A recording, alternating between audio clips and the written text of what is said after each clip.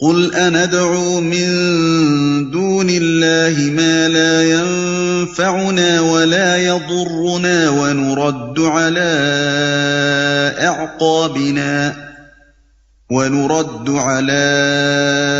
أعقابنا بعد إذ هدانا الله كالذي استهوته الشياطين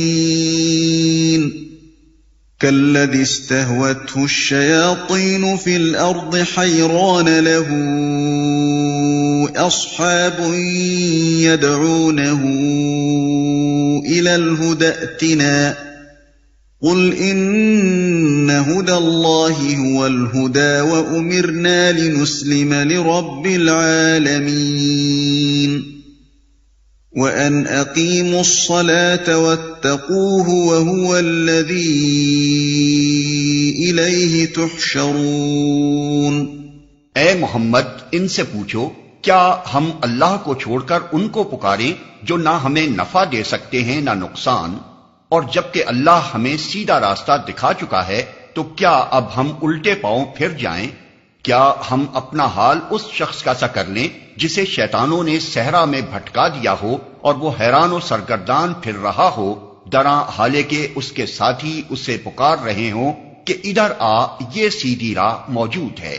کہو حقیقت میں صحیح رہنمائی تو صرف اللہ ہی کی رہنمائی ہے، اور اس کی طرف سے ہمیں یہ حکم ملا ہے کہ مالک کائنات کے آگے سر اطاعت خم کر دو، نماز قائم کرو اور اس کی نافرمانی سے بچو، اسی کی طرف تم سمیٹے جاؤ گے۔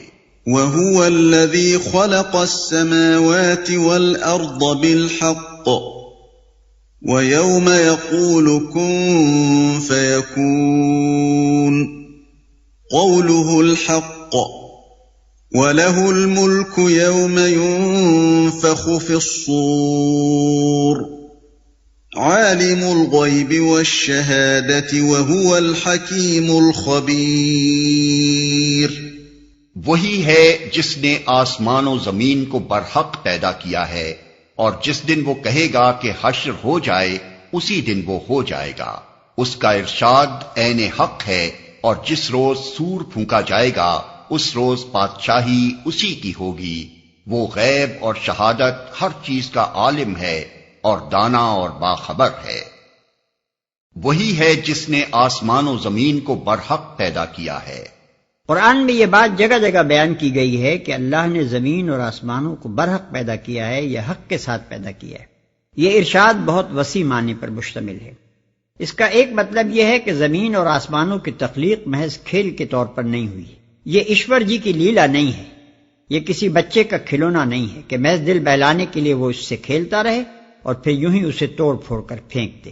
دراصل یہ ایک نہایت سنجیدہ کام ہے جو حکمت کی بنا پر کیا گیا ہے، ایک مقصد عظیم اس کے اندر کار فرما ہے، اور اس کا ایک دور گزر جانے کے بعد ناگزیر ہے کہ خالق اس پورے کام کا حساب لے جو اس دور میں انجام پایا ہو، اور اسی دور کے نتائج پر دوسرے دور کی بنیاد رکھے۔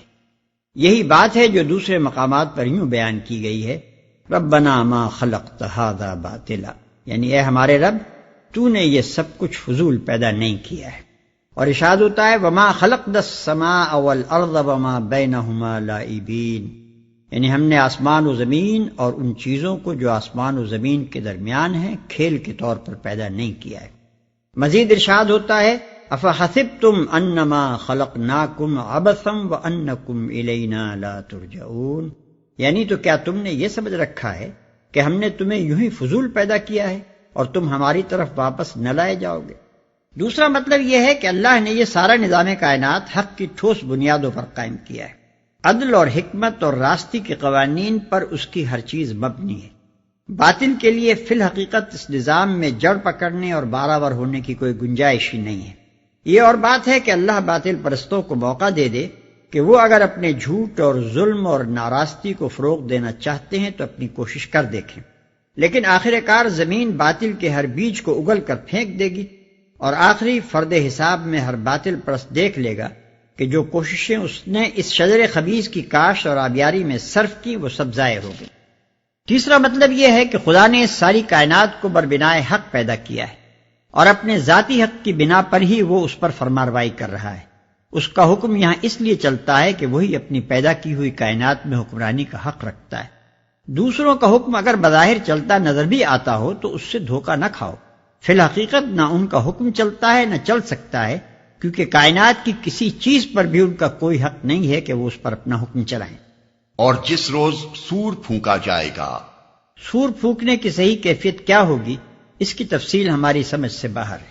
قرآن سے جو کچھ ہمیں معلوم ہوا ہے وہ صرف اتنا ہے کہ قیامت کے روز اللہ کے حکم سے ایک مرتبہ سور پھونکا جائے گا اور سب ہلاک ہو جائیں گے، پھر نہ معلوم کتنی مدت بعد، جسے اللہ ہی جانتا ہے، دوسرا سور پھونکا جائے گا، اور تمام اولین و آخرین اثر نو زندہ ہو کر اپنے آپ کو میدان حشر میں پائیں گے۔ پہلے سور پر سارا نظام کائنات درہم برہم ہوگا، اور دوسرے سور پر ایک دوسرا نظام نئی صورت اور نئے قوانین کے ساتھ قائم ہو جائے گا۔ اس روز بادشاہی اسی کی ہوگی۔ یہ مطلب نہیں ہے کہ آج بادشاہی اس کی نہیں ہے، بلکہ مطلب یہ ہے کہ اس روز جب پردہ اٹھایا جائے گا اور حقیقت بالکل سامنے آ جائے گی تو معلوم ہو جائے گا کہ وہ سب جو با اختیار نظر آتے تھے یا سمجھے جاتے تھے بالکل بے اختیار ہیں، اور بادشاہی کے سارے اختیارات اسی ایک خدا کے لیے ہیں جس نے کائنات کو پیدا کیا ہے۔ غیب اور شہادت۔ غیب کا مطلب ہے وہ سب کچھ جو مخلوقات سے پوشیدہ ہے، اور شہادت سے مراد ہے وہ سب کچھ جو مخلوقات کے لیے ظاہر و معلوم ہے۔ وَإِذْ قَالَ إِبْرَاهِيمُ لِأَبِيهِ آزَرَ أَتَتَّخِذُ أَصْنَامًا آلِهَةً إِنِّي أَرَاكَ وَقَوْمَكَ فِي ضَلَالٍ مُبِينٍ۔ ابراہیم کا واقعہ یاد کرو جبکہ اس نے اپنے باپ آزر سے کہا تھا، کیا تو بتوں کو خدا بناتا ہے؟ میں تو تجھے اور تیری قوم کو کھلی گمراہی میں پاتا ہوں۔ کیا تو بتوں کو خدا بناتا ہے؟ یہاں حضرت ابراہیم علیہ السلام کے واقعے کا ذکر اس امر کی تائید اور شہادت میں پیش کیا جا رہا ہے کہ جس طرح اللہ کی بخشی ہوئی ہدایت سے آج محمد صلی اللہ علیہ وسلم نے اور آپ کے ساتھیوں نے شرک کا انکار کیا ہے اور سب مصنوعی خداؤں سے منہ موڑ کر صرف ایک مالک کائنات کے آگے سر اطاعت خم کر دیا ہے، اسی طرح کل یہی کچھ ابراہیم علیہ السلام بھی کر چکے ہیں۔ اور جس طرح آج محمد صلی اللہ علیہ وسلم اور ان پر ایمان لانے والوں سے ان کی جاہل قوم جھگڑ رہی ہے، اسی طرح کل حضرت ابراہیم علیہ السلام سے بھی ان کی قوم یہی جھگڑا کر چکی ہے، اور کل جو جواب حضرت ابراہیم علیہ السلام نے اپنی قوم کو دیا تھا، آج محمد صلی اللہ علیہ وسلم اور ان کے پیروں کی طرف سے ان کی قوم کو بھی وہی جواب۔ محمد صلی اللہ علیہ وسلم اس راستے پر ہیں جو نوح علیہ السلام اور ابراہیم علیہ السلام اور نسل ابراہیمی کے تمام انبیاء کا راستہ رہا ہے۔ اب جو لوگ ان کی پیروی سے انکار کر رہے ہیں انہیں معلوم ہونا چاہیے کہ وہ انبیاء کے طریقے سے ہٹ کر ضلالت کی راہ پر جا رہے ہیں۔ یہاں یہ بات اور سمجھ لینی چاہیے کہ عرب کے لوگ بالعموم حضرت ابراہیم علیہ السلام کو اپنا پیشوا اور مقتدی مانتے تھے، خصوصاً قریش کے تو فخر و ناز کی ساری بنیاد ہی یہ تھی کہ وہ ابراہیم علیہ السلام کی اولاد اور ان کے تعمیر کردہ خانہ خدا کے خادم ہیں۔ اس لیے ان کے سامنے حضرت ابراہیم علیہ السلام کے عقیدہ توحید کا اور شرک سے ان کے انکار اور مشرک قوم سے ان کی نزاع کا ذکر کرنے کے معنی یہ تھے کہ قریش کا سارا سرمایہ فخر و ناز اور کفار عرب کا اپنے مشرکانہ دین پر سارا اطمینان ان سے چھین لیا جائے اور ان پر ثابت کر دیا جائے کہ آج مسلمان اس مقام پر ہیں جس پر حضرت ابراہیم علیہ السلام تھے، اور تمہاری حیثیت وہ ہے جو حضرت ابراہیم علیہ السلام سے لڑنے والی جاہل قوم کی تھی۔ یہ بالکل ایسا ہی ہے جیسے کوئی شخص شیخ عبد القادر جیلانی رحمۃ اللہ علیہ کے معتقدوں اور قادری النسب پیرزادوں کے سامنے حضرت شیخ کی اصل تعلیمات اور ان کی زندگی کے واقعات پیش کر کے یہ ثابت کر دے کہ جن بزرگ کے تم نام لیوا ہو تمہارا اپنا طریقہ ان کے بالکل خلاف ہے، اور تم نے آج انہی گمراہ لوگوں کی حیثیت اختیار کر لی ہے جن کے خلاف تمہارے مقتدی تمام عمر جہاد کرتے رہے۔ وَكَذَلِكَ نُرِي إِبْرَاهِيمَ مَلَكُوتَ السَّمَاوَاتِ وَالْأَرْضِ وَلِيَكُونَ مِنَ الْمُوقِنِينَ۔ ابراہیم کو ہم اسی طرح زمین اور آسمانوں کا نظام سلطنت دکھاتے تھے، اور اس لیے دکھاتے تھے کہ وہ یقین کرنے والوں میں سے ہو جائے۔ ابراہیم کو ہم اسی طرح زمین اور آسمانوں کا نظام سلطنت دکھاتے تھے، یعنی جس طرح تم لوگوں کے سامنے آثار کائنات نمایاں ہیں اور اللہ کی نشانیاں تمہیں دکھائی جا رہی ہیں، اسی طرح ابراہیم علیہ السلام کے سامنے بھی یہی آثار تھے اور یہی نشانیاں تھیں، مگر تم لوگ انہیں دیکھنے پر بھی اندھوں کی طرح کچھ نہیں دیکھتے، اور ابراہیم علیہ السلام نے انہیں آنکھیں کھول کر دیکھا۔ یہی سورج اور چاند اور تارے جو تمہارے سامنے طلوع و غروب ہوتے ہیں اور روزانہ تم کو جیسا گمراہ طلوع ہوتے وقت پاتے ہیں ویسا ہی غروب ہوتے وقت چھوڑ جاتے ہیں، انہی کو اس آنکھوں والے انسان نے بھی دیکھا تھا اور انہی نشانات سے وہ حقیقت تک پہنچ گیا کہ وہ یقین کرنے والوں میں سے ہو جائے۔ اس مقام کو اور قرآن کے ان دوسرے مقامات کو جہاں حضرت ابراہیم علیہ السلام سے ان کی قوم کی ندا کا ذکر آیا ہے، اچھی طرح سمجھنے کے لیے ضروری ہے کہ حضرت ابراہیم علیہ السلام کی قوم کے مذہبی و تمدنی حالات پر ایک نظر ڈال لی جائے۔ جدید اثری تحقیقات کے سلسلے میں نہ صرف وہ شہر دریافت ہو گیا ہے جہاں حضرت ابراہیم علیہ السلام پیدا ہوئے تھے، بلکہ دور ابراہیمی میں اس علاقے کے لوگوں کی جو حالت تھی اس پر بھی بہت کچھ روشنی پڑی ہے۔ سر لیونارڈ وولی نے اپنی کتاب ابراہم لندن 1935 میں اس تحقیقات کے جو نتائج شائع کیے ہیں ان کا خلاصہ ہم یہاں بیان کرتے ہیں۔ اندازہ کیا گیا ہے کہ 2100 قبل مسیح کے لگ بھگ زمانے میں، جسے اب عام طور پر محققین حضرت ابراہیم علیہ السلام کے ظہور کا زمانہ تسلیم کرتے ہیں، شہر ار کی آبادی 2.5 لاکھ کے قریب تھی، اور بعید نہیں کہ 5 لاکھ ہو۔ بڑا صنعتی و تجارتی مرکز تھا، ایک طرف پامیر اور نیلگری تک سے وہاں مال آتا تھا اور دوسری طرف اناتولیا تک سے اس کے تجارتی تعلقات تھے۔ جس ریاست کا یہ صدر مقام تھا اس کے حدود موجودہ حکومت عراق سے شمال میں کچھ کم اور مغرب میں کچھ زیادہ تھے۔ ملک کی آبادی بیشتر صنعت و تجارت پیشہ تھی۔ اس عہد کی جو تحریرات آثار قدیمہ کے کھنڈروں میں دستیاب ہوئی ہیں ان سے معلوم ہوتا ہے کہ زندگی میں ان لوگوں کا نقطہ نظر خالص مادہ پرستانہ تھا۔ دولت کمانا اور زیادہ سے زیادہ آسائش فراہم کرنا ان کا سب سے بڑا مقصد حیات تھا۔ سود خواری کثرت سے پھیلی ہوئی تھی، سخت کاروباری قسم کے لوگ تھے، ہر ایک دوسرے کو شک کی نگاہ سے دیکھتا تھا اور آپس میں بہت مقدمہ بازیاں ہوتی تھیں۔ اپنے خداؤں سے ان کی دعائیں زیادہ تر درازی عمر، خوشحالی اور کاروبار کی ترقی سے متعلق ہوا کرتی تھیں۔ آبادی 3 طبقوں پر مشتمل تھی۔ 1 امیلو، یہ اونچے طبقے کے لوگ تھے جن میں پجاری، حکومت کے عہدیدار اور فوجی افسر وغیرہ شامل تھے۔ 2 مشکین، یہ تجار، اہل صنعت اور زراعت پیشہ لوگ تھے۔ 3 اردو یعنی غلام۔ ان میں سے پہلے طبقے یعنی امیلوں کو خاص امتیازات حاصل تھے، ان کے فوجداری اور دیوانی حقوق دوسروں سے مختلف تھے اور ان کی جان و مال کی قیمت دوسروں سے بڑھ کر تھی۔ یہ شہر اور یہ معاشرہ تھا جس میں حضرت ابراہیم علیہ السلام نے آنکھیں کھولی۔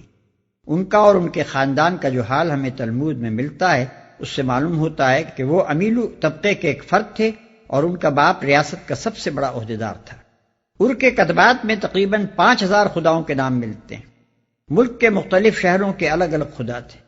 ہر شہر کا ایک خاص محافظ خدا ہوتا تھا جو رب البلد، مہادیو یا رئیس الالہ سمجھا جاتا تھا اور اس کا احترام دوسرے معبودوں سے زیادہ ہوتا تھا۔ ار کا رب البلد ننار یعنی چاند دیوتا تھا اور اسی مناسبت سے بعد کے لوگوں نے اس شہر کا نام قمرینہ بھی لکھا ہے۔ دوسرا بڑا شہر لرسا تھا جو بعد میں ار کے بجائے مرکز سلطنت ہوا۔ اس کا رب البلد شماش سورج دیوتا تھا۔ ان بڑے خداؤں کے ماتحت بہت سے چھوٹے خدا بھی تھے جو زیادہ تر آسمانی تاروں اور سیاروں میں سے اور کم تر زمین سے منتخب کیے گئے تھے، اور لوگ اپنی مختلف فروعی ضروریات ان سے متعلق سمجھتے تھے۔ ان آسمانی اور زمینی دیوتاؤں اور دیویوں کی شبیہیں بتوں کی شکل میں بنا لی گئی تھیں اور تمام مراسم عبادت انہی کے آگے بجا لائے جاتے تھے۔ ننار کا بت ار میں سب سے اونچی پہاڑی پر ایک عالیشان عمارت میں نصب تھا۔ اسی کے قریب ننار کی بیوی ننگل کا معبد تھا۔ ننار کے معبد کی شان ایک شاہی محل سرا کسی تھی۔ اس کی خوابگاہ میں روزانہ رات کو ایک پجارن جا کر اس کی دلہن بنتی تھی۔ مندر میں بکثرت عورتیں دیوتا کے نام پر وقف تھیں اور ان کی حیثیت دیوداسیوں یعنی ریلیجس پروسٹیٹیوٹس کی سی تھی۔ وہ عورت بڑی معزز خیال کی جاتی تھی جو خدا کے نام پر اپنی بکارت قربان کر دے۔ کم از کم ایک مرتبہ اپنے آپ کو راہ خدا میں کسی اجنبی کے حوالے کرنا عورت کے لیے ذریعہ نجات خیال کیا جاتا تھا۔ اب یہ بیان کرنا کچھ ضروری نہیں کہ اس مذہبی قہبہ گری سے مستفید ہونے والے زیادہ تر پجاری حضرات ہی ہوتے تھے۔ ننار محض دیوتا ہی نہ تھا بلکہ ملک کا سب سے بڑا زمیندار، سب سے بڑا تاجر، سب سے بڑا کارخانے دار اور ملک کی سیاسی زندگی کا سب سے بڑا حاکم بھی تھا۔ بکثرت باغ، مکانات اور زمینیں اس کے مندر کے لیے وقف تھیں۔ اس جائیداد کی آمدنی کے علاوہ کسان، زمیندار، تجار سب ہر قسم کے غلے، دودھ، سونا، کپڑا اور دوسری چیزیں لا کر مندر میں نظر بھی کرتے تھے، جنہیں وصول کرنے کے لیے مندر میں ایک بہت بڑا اسراف موجود تھا بہت سے کارخانے مندر کے تحت قائم تھے، تجارتی کاروبار بھی بہت بڑے پیمانے پر مندر کی طرف سے ہوتا تھا۔ یہ سب کام دیوتا کی نیابت میں پجاری ہی انجام دیتے تھے۔ پھر ملک کی سب سے بڑی عدالت مندر ہی میں تھی، پجاری اس کے جج تھے اور ان کے فیصلے خدا کے فیصلے سمجھے جاتے تھے۔ خود شاہی خاندان کی حاکمیت بھی ننار ہی سے ماخوذ تھی۔ اصل بادشاہ ننار تھا اور فرمانروائے ملک اس کی طرف سے حکومت کرتا تھا۔ اس تعلق سے بادشاہ خود بھی معبودوں میں شامل ہو جاتا تھا اور خداؤں کے مانند اس کی پرستش کی جاتی تھی۔ ارکا شاہی خاندان جو حضرت ابراہیم علیہ السلام کے زمانے میں حکمران تھا، اس کے بانی اول کا نام ارنمو تھا، جس نے 2300 برس قبل مسیح میں ایک وسیع سلطنت قائم کی تھی۔ اس کے حدود مملکت مشرق میں سوسا سے لے کر مغرب میں لبنان تک پھیلے ہوئے تھے۔ اسی سے اس خاندان کو نمو کا نام ملا، جو عربی میں جا کر نمرود ہو گیا۔ حضرت ابراہیم علیہ السلام کی ہجرت کے بعد اس خاندان اور اس قوم پر مسلسل تباہی نازل ہونی شروع ہوئی۔ پہلے اعلامیوں نے ار کو تباہ کیا اور نمرود کے ننار کے بت سمیت پکڑ لیے گئے۔ پھر لرسا میں ایک اعلامی حکومت قائم ہوئی، جس کے ماتحت ار کا علاقہ غلام کی حیثیت سے رہا۔ آخر کار ایک عربی نسل خاندان کے ماتحت بابل نے زور پکڑا اور لرسا اور ار دونوں اس کے زیر حکم ہو گئے۔ ان تباہیوں نے ننار کے ساتھ ار کے لوگوں کا عقیدہ متزلزل کر دیا، کیونکہ وہ ان کی حفاظت نہ کر سکا۔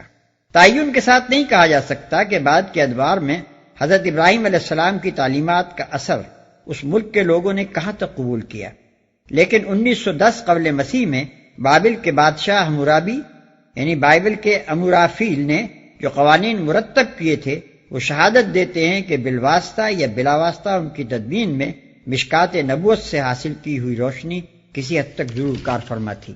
ان قوانین کا مفصل کتبہ 1902 بعد مسیح میں ایک فرانسیسی مفتش آثار قدیمہ کو ملا اور اس کا انگریزی ترجمہ GHW جان نے 1903 بعد مسیح میں the oldest code of law کے نام سے شائع کیا۔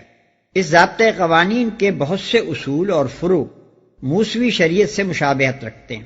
یہ اب تک کی اثری تحقیقات کے نتائج اگر صحیح ہیں تو ان سے یہ بات بالکل واضح ہو جاتی ہے کہ حضرت ابراہیم علیہ السلام کی قوم میں شرک محض ایک مذہبی عقیدے اور بت پرستانہ عبادات کا مجموعہ ہی نہ تھا، بلکہ در حقیقت اس قوم کی پوری معاشی، تمدنی، سیاسی اور معاشرتی زندگی کا نظام اسی عقیدے پر مبنی تھا۔ اس کے مقابلے میں حضرت ابراہیم علیہ السلام توحید کی جو دعوت لے کر اٹھے تھے، اس کا اثر صرف بتوں کی پرستش ہی پر نہ پڑتا تھا، بلکہ شاہی خاندان کی معبودیت اور حاکمیت، پجاریوں اور اونچے طبقوں کی معاشرتی، معاشی اور سیاسی حیثیت، اور پورے ملک کی اجتماعی زندگی اس کی زد میں آئی جاتی تھی۔ ان کی دعوت کو قبول کرنے کے معنی یہ تھے کہ نیچے سے اوپر تک ساری سوسائٹی کی عمارت ادھیڑ ڈالی جائے اور اسے از سر نو توحید الہ کی بنیاد پر تعمیر کیا جائے۔ اسی لیے ابراہیم علیہ السلام کی آواز بلند ہوتے ہی عوام اور خواص، پجاری اور نمرود سب کے سب بیک وقت اس کو دبانے کے لیے کھڑے ہو گئے۔ فلما جن عليه الليل رأى كوكبا قال هذا ربي فلما أفل قال لا أحب الآفلين۔ چنانچہ جب رات اس پر طاری ہوئی تو اس نے ایک تارا دیکھا، کہا یہ میرا رب ہے، مگر جب وہ ڈوب گیا تو بولا ڈوب جانے والوں کا تو میں گرویدہ نہیں ہوں۔ فلما رأى القمر بازغا قال هذا ربي فلما أفل قال لئن لم يهدني ربي لأكونن من القوم الضالين۔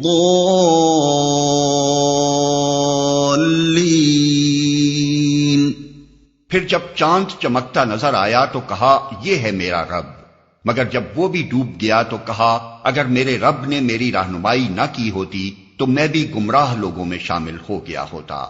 فلما رأى الشمس بازغة قال هذا ربي هذا أكبر فلما أفلت قال يا قوم إني بريء مما تشركون۔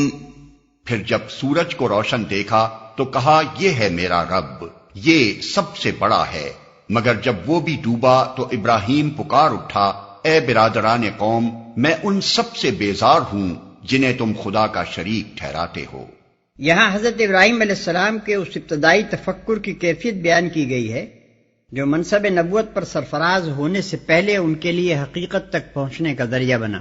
اس میں بتایا گیا ہے کہ ایک صحیح الدماغ اور سلیم النظر انسان جس نے سراسر شرک کے ماحول میں آنکھیں کھولی تھیں اور جسے توحید کی تعلیم کہیں سے حاصل نہ ہو سکتی تھی، کس طرح آثار کائنات کا مشاہدہ کر کے اور ان پر غور و فکر اور ان سے صحیح استدلال کر کے امر حق معلوم کرنے میں کامیاب ہو گیا۔ اوپر قوم ابراہیم کے جو حالات بیان کیے گئے ہیں ان پر ایک نظر ڈالنے سے یہ معلوم ہو جاتا ہے کہ حضرت ابراہیم علیہ السلام نے جب ہوش سنبھالا تھا تو ان کے گرد و پیش ہر طرف چاند، سورج اور تاروں کی خدائی کے ڈنکے بج رہے تھے۔ اس لیے قدرتی طور پر حضرت ابراہیم علیہ السلام کی جستجو حقیقت کا آغاز اسی سوال سے ہونا چاہیے تھا کہ کیا فی الواقع ان میں سے کوئی رب ہو سکتا ہے؟ اسی مرکزی سوال پر انہوں نے غور و فکر کیا اور آخر کار اپنی قوم کے سارے خداؤں کو ایک اٹل قانون کے تحت غلاموں کی طرح گردش کرتے دیکھ کر وہ اس نتیجے پر پہنچ گئے کہ جن جن کے رب ہونے کا دعویٰ کیا جاتا ہے ان میں سے کسی کے اندر بھی ربوبیت کا شائبہ تک نہیں ہے۔ رب صرف وہی ایک ہے جس نے ان سب کو پیدا کیا اور بندگی پر مجبور کیا ہے۔ اس قصے کے الفاظ سے عام طور پر لوگوں کے ذہن میں ایک شبہ پیدا ہوتا ہے۔ یہ جو ارشاد ہوا ہے کہ جب رات تاری ہوئی تو اس نے ایک تارا دیکھا اور جب وہ ڈوب گیا تو یہ کہا، پھر چاند دیکھا اور جب وہ ڈوب گیا تو پھر یہ کہا، پھر سورج دیکھا اور جب وہ بھی ڈوب گیا تو یہ کہا، اس پر ایک عام ناظر کے ذہن میں فوراً یہ سوال کھٹکتا ہے کہ کیا بچپن سے آنکھ کھولتے ہی روزانہ حضرت ابراہیم علیہ السلام پر رات تاری نہ ہوتی رہی تھی؟ اور کیا وہ ہر روز چاند تاروں اور سورج کو طلوع و غروب ہوتے نہ دیکھتے تھے؟ ظاہر ہے کہ یہ غور و فکر تو انہوں نے سن رشد کو پہنچنے کے بعد ہی کیا ہوگا۔ پھر یہ قصہ اس طرح کیوں بیان کیا گیا ہے کہ جب رات ہوئی تو یہ دیکھا اور دن نکلا تو یہ دیکھا؟ گویا اس واقعے سے پہلے انہیں یہ چیزیں دیکھنے کا اتفاق نہ ہوا تھا، حالانکہ ایسا ہونا صریحاً مستبعد ہے۔ یہ شبہ بعض لوگوں کے لیے اس قدر ناقابل حل بن گیا کہ اسے دفع کرنے کی کوئی صورت انہیں اس کے سوا نظر نہ آئی کہ حضرت ابراہیم علیہ السلام کی پیدائش اور پرورش کے متعلق ایک غیر معمولی قصہ تصنیف کریں۔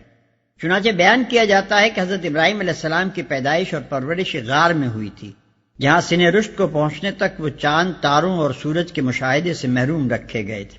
حالانکہ بات بالکل صاف ہے اور اس کو سمجھنے کے لیے اس نوعیت کی کسی داستان کی ضرورت نہیں ہے۔ نیوٹن کے متعلق مشہور ہے کہ اس نے باغ میں ایک سیب کو درخت سے گرتے دیکھا اور اس سے اس کا ذہن اچانک اس سوال کی طرف متوجہ ہو گیا کہ اشیاء آخر زمین پر ہی کیوں گرا کرتی ہیں۔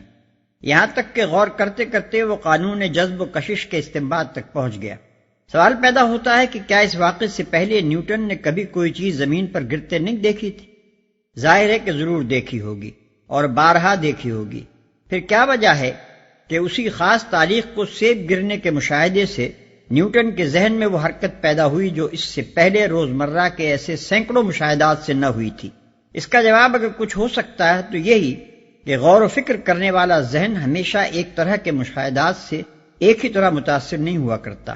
بارہا ایسا ہوتا ہے کہ آدمی ایک چیز کو ہمیشہ دیکھتا رہتا ہے اور اس کے ذہن میں کوئی حرکت پیدا نہیں ہوتی، مگر ایک وقت اسی چیز کو دیکھ کر یکایک ذہن میں کھٹک پیدا ہو جاتی ہے جس سے فکر کی قوتیں ایک خاص مضمون کی طرف کام کرنے لگتی ہیں، یا پہلے سے کسی سوال کی تحقیق میں ذہن الجھ رہا ہوتا ہے اور یکایک روزمرہ ہی کے مشاہدات میں سے کسی ایک چیز پر نظر پڑتے ہی گتھی کا وہ سرا ہاتھ لگ جاتا ہے جس سے ساری الجھنیں سلجھتی چلی جاتی ہیں۔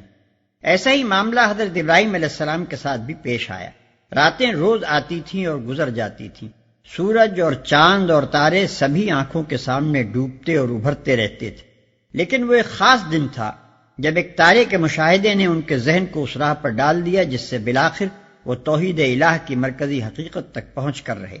ممکن ہے کہ حضرت ابراہیم علیہ السلام کا ذہن پہلے سے اس سوال پر غور کر رہا ہو کہ جن عقائد پر ساری قوم کا نظام زندگی چل رہا ہے ان میں کس حد تک صداقت ہے، اور پھر ایک تارا یکایک سامنے آ کر کشود کار کے لیے کلید بن گیا۔ اور یہ بھی ممکن ہے کہ تارے کے مشاہدے ہی سے ذہنی حرکت کی ابتدا ہوئی ہو۔ اس سلسلے میں ایک اور سوال بھی پیدا ہوتا ہے، وہ یہ کہ جب حضرت ابراہیم علیہ السلام نے تارے کو دیکھ کر کہا یہ میرا رب ہے، اور جب چاند اور سورج کو دیکھ کر انہیں اپنا رب کہا، تو کیا اس وقت عارضی طور پر ہی صحیح وہ شرک میں مبتلا نہ ہو گئے تھے؟ اس کا جواب یہ ہے کہ ایک طالب حق اپنی جستجو کی راہ میں سفر کرتے ہوئے بیچ کی جن منزلوں پر غور و فکر کے لیے ٹھہرتا ہے، اصل اعتبار ان منزلوں کا نہیں ہوتا، بلکہ اصل اعتبار اس سمت کا ہوتا ہے جس پر وہ پیش قدمی کر رہا ہے، اور اس آخری مقام کا ہوتا ہے جہاں پہنچ کر وہ قیام کرتا ہے۔ بیچ کی منزلیں ہر جویائے حق کے لیے ناگزیر ہیں، ان پر ٹھہرنا بسلسلہ طلب و جستجو ہوتا ہے، نہ کہ بصورت فیصلہ۔ اصلاً یہ ٹھہراؤ سوالی و استفہامی ہوا کرتا ہے، نہ کہ حکمی۔ طالب جب ان میں سے کسی منزل پر رک کر کہتا ہے کہ ایسا ہے، تو دراصل یہ اس کی آخری رائے نہیں ہوتی، بلکہ اس کا مطلب یہ ہوتا ہے کہ کیا ایسا ہے، اور تحقیق سے اس کا جواب نفی میں پا کر وہ آگے بڑھ جاتا ہے۔ اس لیے یہ خیال کرنا بالکل غلط ہے کہ اثناء راہ میں جہاں جہاں وہ ٹھہرتا رہا وہاں وہ عارضی طور پر کفر یا شرک میں مبتلا رہا۔ انی وجہت وجہی للذی فطر السماوات والارض حنیفا وما انا من المشرکین، میں نے تو یکسو ہو کر اپنا رخ اس ہستی کی طرف کر لیا جس نے زمین اور آسمانوں کو پیدا کیا ہے، اور میں ہرگز شرک کرنے والوں میں سے نہیں ہوں۔ وحاجه قومه قال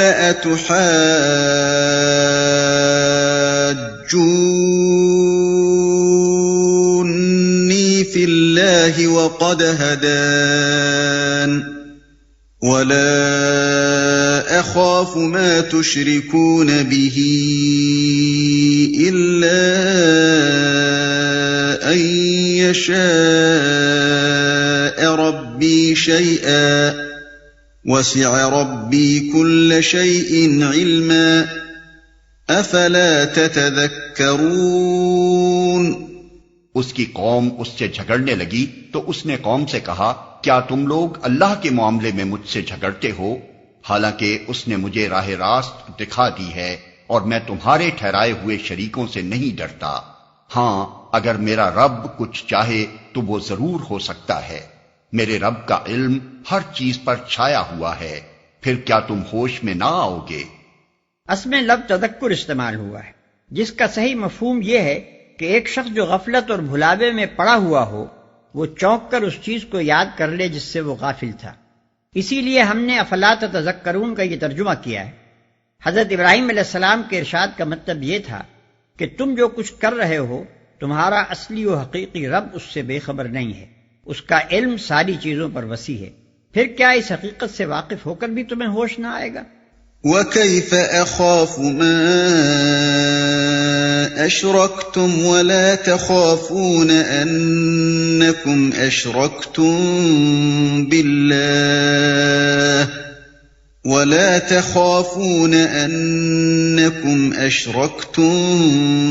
بِاللَّهِ مَا لَمْ يُنَزِّلْ بِهِ عَلَيْكُمْ سُلْطَانًا فَأَيُّ الْفَرِيقَيْنِ أَحَقُّ بِالْأَمْنِ إِن كُنتُمْ تَعْلَمُونَ۔ اور آخر میں تمہارے ٹھہرائے ہوئے شریکوں سے کیسے ڈروں جبکہ تم اللہ کے ساتھ ان چیزوں کو خدائی میں شریک بناتے ہوئے نہیں ڈرتے جن کے لیے اس نے تم پر کوئی سند نازل نہیں کی ہے۔ ہم دونوں فریقوں میں سے کون زیادہ بے خوفی اور اطمینان کا مستحق ہے؟ بتاؤ اگر تم کچھ علم رکھتے ہو۔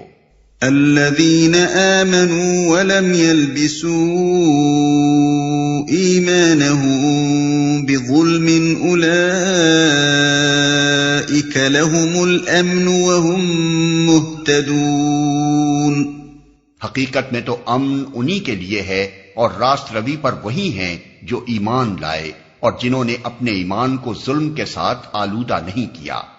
یہ پوری تقریر اس بات پر شاہد ہے کہ وہ قوم اللہ فاطر السماوات والارض کی ہستی کی منکر نہ تھی، بلکہ اس کا اصلی جرم اللہ کے ساتھ دوسروں کو خدائی صفات اور خداوندانہ حقوق میں شریک قرار دینا تھا۔ اول تو حضرت ابراہیم علیہ السلام خود ہی فرما رہے ہیں کہ تم اللہ کے ساتھ دوسری چیزوں کو شریک کرتے ہو، دوسرے جس طرح آپ ان لوگوں کو خطاب کرتے ہوئے اللہ کا ذکر فرماتے ہیں، یہ انداز بیان صرف انہی لوگوں کے مقابلے میں اختیار کیا جا سکتا ہے جو اللہ کے نفس وجود سے منکر نہ ہوں۔ لہذا ان مفسرین کی رائے درست نہیں ہے جنہوں نے اس مقام پر اور حضرت ابراہیم علیہ السلام کے سلسلے میں دوسرے مقامات پر قرآن کے بیانات کی تفسیر اس مفروضے پر کی ہے کہ قوم ابراہیم علیہ السلام اللہ کے منکر یا اس سے ناواقف تھی اور صرف اپنے معبودوں ہی کو خدائی کا بالکلیہ مالک سمجھتی تھی۔ آخری آیت میں یہ جو فقرہ ہے کہ جنہوں نے اپنے ایمان کو ظلم کے ساتھ آلودہ کیا، اس میں لفظ ظلم سے بعض صحابہ کو غلط فہمی ہوئی تھی کہ شاید اس سے مراد معصیت ہے، لیکن نبی صلی اللہ علیہ وسلم نے خود تصریح فرما دی کہ دراصل یہاں ظلم سے مراد شرک ہے۔ لہذا اس آیت کا مطلب یہ ہوا کہ جو لوگ اللہ کو مانیں اور اپنے اس ماننے کو کسی مشرکانہ عقیدہ و عمل سے آلودہ نہ کریں، امن صرف انہی کے لیے ہے اور وہی راہ راست پر ہیں۔ اس موقع پر یہ جان لینا بھی دلچسپی سے خالی نہ ہوگا کہ یہ واقعہ جو حضرت ابراہیم علیہ السلام کی عظیم الشان پیغمبرانہ زندگی کا نقطہ آغاز ہے، بائبل میں کوئی جگہ نہیں پا سکا ہے۔ البتہ تلمود میں اس کا ذکر موجود ہے، لیکن اس میں دو باتیں قرآن سے مختلف ہیں۔ ایک یہ کہ وہ حضرت ابراہیم علیہ السلام کی جستجو حقیقت کو سورج سے شروع کر کے تاروں تک اور پھر خدا تک لے جاتی ہے۔ دوسرے اس کا بیان ہے کہ حضرت ابراہیم علیہ السلام نے جب سورج کو ھذا ربی کہا تو ساتھ ہی اس کی پرستش بھی کر ڈالی، اور اسی طرح چاند کو بھی انہوں نے ھذا ربی کہہ کر اس کی پرستش بھی کر ڈالی، اور اسی طرح چاند کو بھی انہوں نے ھذا ربی کہہ کر اس کی پرستش بھی کر ڈالی، اور اسی طرح چاند